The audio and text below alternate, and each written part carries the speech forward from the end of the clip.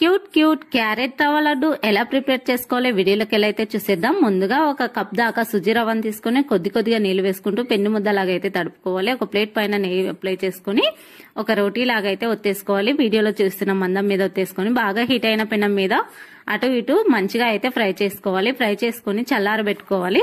చల్లారిపోయిన తర్వాత చిన్న ముక్కల్లాగా అయితే కట్ చేసుకుని మిక్సీ జార్ లో వేసుకుని అయితే మిక్సీ వేసుకోవాలి. వీడియోలో చూస్తున్న విధంగా మెత్తన్ పౌడర్ లాగా వేసుకుని పక్కన అయితే ఉంచుకోవాలి. ఒక ప్యాన్ పెట్టి ప్యాన్ కొద్దిగా హీట్ అయిన తర్వాత ఒక 2 టేబుల్ స్పూన్ దాకా నెయ్యి వేసుకుని డ్రై ఫ్రూట్స్ వేయించుకొని పక్కన ఉంచుకోవాలి.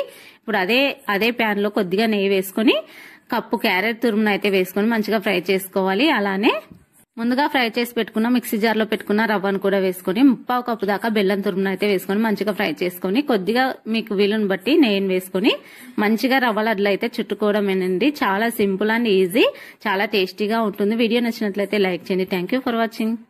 క్యూట్ క్యారెట్ రవ్వ లడ్డు ఎలా ప్రిపేర్ చేసుకోవాలో వీడియోలోకి ఎలా అయితే చూసేద్దాం. ముందుగా ఒక కప్ దాకా సుజీ రవ్వను తీసుకుని కొద్దిగా నీళ్లు వేసుకుంటూ పెన్ను ముద్దలాగా అయితే తడుపుకోవాలి. ఒక ప్లేట్ పైన నెయ్యి అప్లై చేసుకుని ఒక రోటీ లాగా అయితే ఒత్తేసుకోవాలి. వీడియోలో చూస్తున్న మందం మీద ఒత్తేసుకొని బాగా హీట్ అయిన పెనం మీద అటు ఇటు మంచిగా అయితే ఫ్రై చేసుకోవాలి. ఫ్రై చేసుకుని చల్లారబెట్టుకోవాలి. చల్లారిపోయిన తర్వాత చిన్న ముక్కల్లాగా అయితే కట్ చేసుకుని మిక్సీ జార్ లో వేసుకుని అయితే మిక్సీ వేసుకోవాలి. వీడియోలు చూస్తున్న విధంగా మెత్తన్ పౌడర్ లాగా వేసుకుని పక్కన అయితే ఉంచుకోవాలి. ఒక ప్యాన్ పెట్టి ప్యాన్ కొద్దిగా హీట్ అయిన తర్వాత ఒక 2 టేబుల్ స్పూన్ దాకా నెయ్యి వేసుకుని డ్రై ఫ్రూట్స్ వేయించుకొని పక్కన ఉంచుకోవాలి.